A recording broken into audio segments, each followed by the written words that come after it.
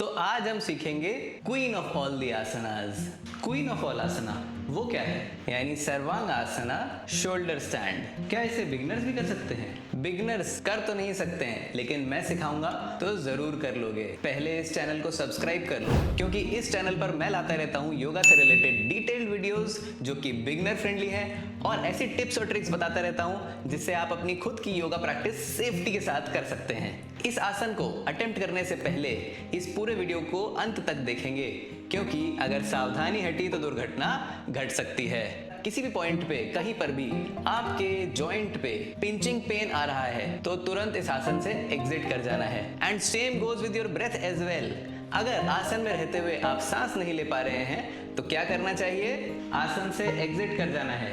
Correct. और जो joints इस आसन में इफेक्ट हो सकते हैं वो आपका नेक है, आपका लोअर बैक है, आपकी एब्डोमेन में भी क्या जा सकता है, और आपके शोल्डर्स हैं। और फीमेल्स इस आसन को अपनी मंथली साइकिल के टाइम पे अटेम्प्ट ना करें, क्योंकि एक इन्वर्जन पोज है।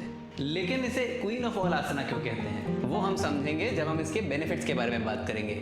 अभी के लिए हम समझते हैं कि इसको करना कैसे है। सबसे पहले पीठ के बल यूं लेट जाना है। अपने हाथों की हथेलियों को पेल्विस के बगल में रख देना है जमीन पर, इस तरह से। पैरों को एक साथ रखेंगे।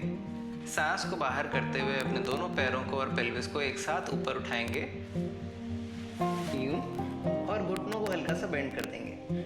उसके बाद अपने हाथों से सपोर्ट लेते हुए अपने पेल्विस को थोड़ा थोड़ा ऊपर उठाएंगे, जितना आपके नेक आपको अलाउ करती है। एल्बोज को एक दूसरे के पास लाएंगे और शोल्डर्स को आउटर रोटेट करते हुए अपने बेस को तैयार करेंगे। जब आप मैक्सिमम हाइट अपनी पेल्विस की अटेन कर लें तो अपने पैरों को धीरे धीरे सीधा कर देंगे, इस तरह से कि आपकी आँख, आपके टोज आपकी आँखों के ऊपर रहे। अब यहाँ पर आपका नया बेस तैयार हो चुका है, जो आपकी एल्बोज, आपके शोल्डर्स और आपका हेड का पीछे वाला हिस्सा है। इन तीनों पे आपकी पूरी बॉडी खड़ी है। अपनी रेयर डेल्टॉइड्स और अपर बैक की मसल्स से अपने बेस को सॉलिड बना के रखना है। अपनी एब्डोमेन की और लोअर बैक की मदद से आप अपनी स्पाइन को स्टेबलाइज करते हैं। अपने ग्लूट्स और हिप फ्लेक्सर्स की मदद से आप अपने पैरों को स्टेबलाइज करते हैं, और घुटनों को सीधा रखने के लिए थाइज को एंगेज करना है। अगर इस आसन में आप सांस ले पा रहे हैं तो थोड़ी देर इस आसन में रुकेंगे और इस आसन का आनंद लेंगे।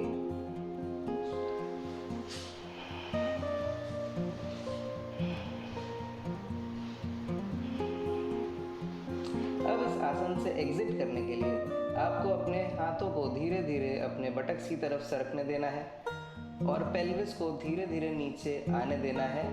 उसके साथ साथ पैरों को सीधा रखते हुए अपने चेहरे की तरफ यूं फॉरवर्ड बेंड में लेकर के आएंगे। जब आपके हाथों पे आपके पेल्विस का जोर कम हो जाए तो अपने हाथों को धीरे धीरे ज़मीन पर ले आएं। पैरों को सीधा रखते हुए अपने एब्डोमेन को एंगेज करते हुए धीरे से पेल्विस को नीचे लाएंगे और धीरे से पैरों को ज़मीन पर यूं आने देंगे। अब हमें करना है इस आसन का काउंटर पोज। सर्वांग आसन में आपकी नेक बहुत ज़्यादा फ्लेक्शन में चली जाती है, तो इसका काउंटर पोज होगा नेक का एक्सटेंशन, जिसके लिए हम अपनी एल्बोज को नीचे लगाएंगे, चेस्ट को उठाएंगे, सिर को उठाएंगे और क्राउन को नीचे लगाते हुए एक्सटेंशन लेंगे अपने नेक में। And breathe.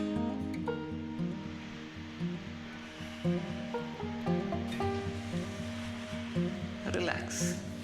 लेकिन इसे क्वीन ऑफ ऑल आसना क्यों कहते हैं? सर्वांग आसन को लाइटली बिल्कुल मत लो।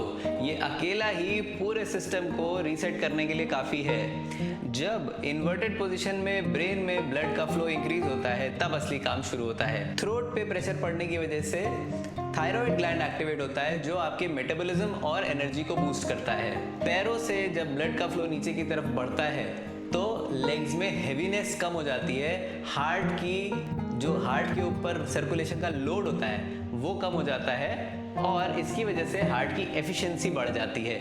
इस आसन में अगर सांस आराम से चल रही है और आप आराम से कामली इस आसन में होल्ड कर पा रहे हैं तो आपका नर्वस सिस्टम काम डाउन हो जाएगा और स्ट्रेस मेल्ट हो जाएगा।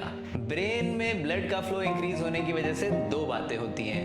एक चीज तो ये कि आपके पिट्यूटरी ग्लैंड यानी मास्टर एंडोक्राइन ग्लैंड, जो मास्टर हार्मोनल ग्लैंड है, उसमें स्टिमुलेशन होने की वजह से वो पूरे बॉडी के एंडोक्राइन सिस्टम यानी हार्मोन्स को रेगुलेट करता है और सारे फंक्शंस बेहतर तरीके से होने लग जाते हैं। दूसरी बात ये कि मेंटल फॉग कम हो जाता है और ब्रेन का फोकस, माइंड का फोकस इंप्रूव हो जाता है। और तो और इन्वर्टेड पोजीशन में आने की वजह से जो एब्डोमिनल ऑर्गन्स हैं वो भी लाइट फील करने लग जाते हैं और उसकी वजह से आपका डाइजेशन भी इंप्रूव होता है। तो देखिए, एक आसन और कितने सारे सिस्टम्स को ये पॉजिटिवली इफेक्ट कर रहा है, आपके डाइजेस्टिव सिस्टम को, आपके नर्वस सिस्टम को, आपके एंडोक्राइन सिस्टम को और आपके ब्रेन के फोकस को। तो हुआ ना ये क्वीन ऑफ ऑल द आसनास। सच में बहुत ही इंटरेस्टिंग आसन है ये, मगर हम तो एक बार को इसको कर भी लेंगे, हमारे स्टूडेंट्स कैसे करेंगे? खास तौर से वो लोग जिन्होंने बहुत सालों से कुछ भी नहीं किया। जिन लोगों ने बहुत दिनों से कुछ भी नहीं किया, उनके लिए पहले मैं सॉल्यूशन बताता हूँ प्रॉप्स की मदद से। कैसे हम प्रॉप्स का यूज करके ऐसे लोगों की मदद कर सकते हैं जो इस आसन में जाने में सक्षम नहीं है। फिर लास्ट में मैं कुछ ऐसी एक्सरसाइजेस भी बताऊंगा जिसके अभ्यास से तुम उन लोगों को वो सिखा सकते हो कि वो खुद से बिना प्रॉप्स की मदद से अपने आप को इस आसन में कैसे ला सकते हैं। पहली लिमिटेशन तो ये हो सकती है कि नेक में फ्लेक्शन ही कम हो, आपका सिर यूं नीचे झुक ही नहीं पा रहा है, फ्लेक्शन ही नहीं है नेक में, तो आप अपने पेल्विस को ऊपर लिफ्ट करके कैसे होल्ड करोगे? उसके लिए हम क्या कर सकते हैं, हम इस तरह की एक पैडिंग लगाएंगे। अब इस पे हम अपने शोल्डर्स को और एल्बोज को ऐसे रखेंगे कि वो इस एलिवेटेड वाले पोर्शन में आए और सिर को नीचे लगाएंगे जिससे हम आपके नेक के फ्लेक्शन को रिड्यूस कर सकें। इस तरह से यहाँ पे बैठ जाना है। लेटते हुए ध्यान देना है कि आपके शोल्डर्स एलिवेटेड पोर्शन पे ही रहें। अब आपके शोल्डर्स और एल्बोज एक सेम सरफेस पर हैं। यहाँ से आप लिफ्ट करेंगे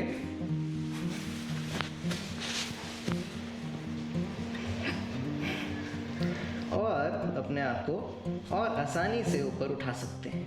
इस पोजीशन में आपकी नेक आपको कितना फ्लेक्शन अलाउ करती है उसके हिसाब से अपनी पैडिंग की हाइट बढ़ा सकते हैं या घटा सकते हैं। अगर आपकी एल्बोज एक दूसरे के पास ही रुक नहीं पा रही हैं, दूर जा रही हैं, तो आपकी बिल्डिंग कोलैप्स हो सकती है और आप नीचे गिर सकते हैं। ऐसी कंडीशन में हम अपनी एल्बोज को सेंसिटाइज करने के लिए दोनों तरफ ब्लॉक्स रखेंगे। इस तरह से हमारी एल्बोज को पता चलता रहेगा कि कब हमारी एल्बोज ज़रूरत से ज़्यादा दूर तो नहीं जा रही हैं। अगर वो फिर भी बाहर खिसकती जा रही हैं और आप रोक नहीं पा रहे हैं, तो फिर आप गिर जाएंगे। इस कंडीशन में आपको बेल्ट की मदद लेनी पड़ेगी। एक ऐसा लूप बनाएंगे बेल्ट में, इस तरह से लगा लेंगे और अब आपकी एल्बोज दूर नहीं जा सकती और ये रिस्ट्रिक्शन इंश्योर करेगा कि आपका बेस स्टेबल रहे। अगर फिर भी आप ये आसन नहीं कर पा रहे हैं, आपका कोर इतना कमजोर है कि आप अपने पेल्विस को लिफ्ट ही नहीं कर पा रहे हैं, तो भी हम इस आसन को कर सकते हैं। उसके लिए हमें एक दीवार चाहिए और इस दीवार के सहारे से हम अपने पैरों को लिफ्ट करेंगे इस तरह से।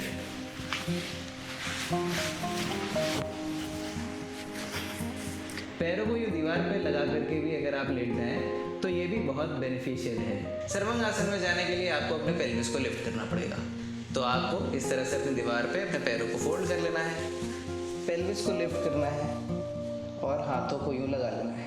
शुरुआत के कुछ दिनों तक इसी तरह से इस आसन में दोनों पैरों को दीवार पे लगा के प्रैक्टिस करें जब तक आपकी अपर बैक और लोअर बैक इस आसन के लिए तैयार ना हो जाए। फिर धीरे धीरे एक पैर को उठा करके होल्ड करेंगे, दूसरे पैर को दीवार से दूर करेंगे। इस तरह से बारी बारी से अपने पैरों को बदलते रहना है और आसन में रुकना है। ध्यान रहे सांस चलती रहनी चाहिए। कुछ दिनों तक एक एक पैर से ही अभ्यास करना है और कुछ दिनों के अभ्यास के बाद जब आपको थोड़ा कॉन्फिडेंस आए तो अपने एक पैर को यूं दीवार से दूर करते हुए दूसरे पैर को फ्लोट कराएंगे, सिर्फ फ्लोट कराएंगे। इसी तरह से दूसरे पैर को सिर की तरफ खींच के पहले पैर को सिर्फ फ्लोट कराएंगे। जब आप इस फ्लोटिंग पोजीशन में होल्ड करने लायक हो जाएंगे तो आप अपने दोनों पैरों को एक साथ ऊपर उठा के भी होल्ड कर सकेंगे। जब आप दोनों पैरों को एक साथ उठा करके होल्ड करने लगेंगे तो आप बिना दीवार के भी कर पाएंगे। इसे खुद से कैसे कर सकते हैं जिसमें प्रॉप्स का यूज ना करना पड़े या कम से कम करना पड़े। कर सकते हो, लेकिन उसके लिए तुम्हें कुछ एक्सरसाइजेस का पहले अभ्यास करना पड़ेगा। जब तुम्हारी बॉडी रेडी हो जाएगी तभी तुम इस आसन को बिना प्रॉप्स के कर पाओगे। तो आओ देखते हैं कहाँ कहाँ लिमिटेशंस हो सकती हैं। सबसे ज़्यादा कॉमन लिमिटेशन जो हमने ऑब्जर्व करी है वो होती है पैरों के साथ पेल्विस का ना लिफ्ट हो पाना। लोग यहीं पे स्ट्रगल करने लग जाते हैं और वो पैरों के साथ पेल्विस को लिफ्ट नहीं कर पाते। इसके दो कारण हो सकते हैं, या तो लोअर बैक में स्टिफनेस है या तो अपर बैक में स्टिफनेस है। अगर लोअर बैक में स्टिफनेस है तो उसके लिए हम ये कुछ अभ्यास कर सकते हैं, जैसे आनंद बालासन। आनंद बालासन में अपने पैरों को यूं ऊपर की तरफ पुल करेंगे तो आपके लोअर बैक की मसल्स में स्ट्रेच आएगा। या फिर पवन मुक्तासन। पवन मुक्तासन को हम यूं सपोर्टेड तरीके से भी यूज कर सकते हैं, इससे भी हमारी लोअर बैक की मसल्स पे अच्छा स्ट्रेच आएगा। और अपर बैक की स्टिफनेस के लिए रैबिट पोज करना चाहिए। रैबिट पोज करने के लिए आप टेबल टॉप पोजीशन में आएंगे, अपने दोनों हाथों की मदद से अपने सिर को घुटनों के पास लगाते हुए अपने माथे को, सिर को ज़मीन पर लगाते हुए पेल्विस को आगे पुश करेंगे, अपनी अपर बैक और नेक के पीछे वाले हिस्से की मसल्स को स्ट्रेच करेंगे।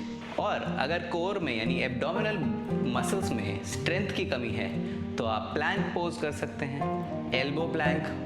प्लैंक के साथ साइड प्लैंक को कपल करके सीक्वेंस में प्रैक्टिस करें। और एक और सीक्वेंस यहाँ पे आप प्रैक्टिस कर सकते हैं जो है प्लैंक, अष्टांग नमस्कार, भुजंगासन, अधोमुख श्वानासन। इस साइकिल की मल्टीपल टाइम्स रिपीटेशन करेंगे तो आपके एब्डोमिनल मसल्स में मोबिलिटी और स्ट्रेंथ दोनों डेवलप होगी। लोअर बैक और अपर बैक की स्ट्रेंथनिंग के लिए आप एरोप्लेन पोज कर सकते हैं, अलग अलग पॉइंट पे अपने हाथों को रख के। और एब्डोमिनल मसल्स को स्ट्रेंथन करने के लिए एक बहुत ही अच्छा इफेक्टिव पोज होता है जिसे कहते हैं prone PPT, prone posterior pelvic tilt. पेट के बल यूं लेट जाना है और इस तरह से अपनी पेल्विस को पोस्टीरियरली टिल्ट करते हुए अपने टॉर्सो को और थाइज को ज़मीन से दूर उठाना है। अब अगर यहाँ तक आपने ये वीडियो देख ली है तो इस वीडियो को सभी के साथ शेयर ज़रूर करें। अपने सुझाव और अपने क्वेश्चंस को कमेंट बॉक्स में ज़रूर लिखें, हम सारे क्वेश्चंस के आंसर करने की कोशिश करेंगे। और हाँ, इस चैनल को सब्सक्राइब करना ना भूलें। Thank you.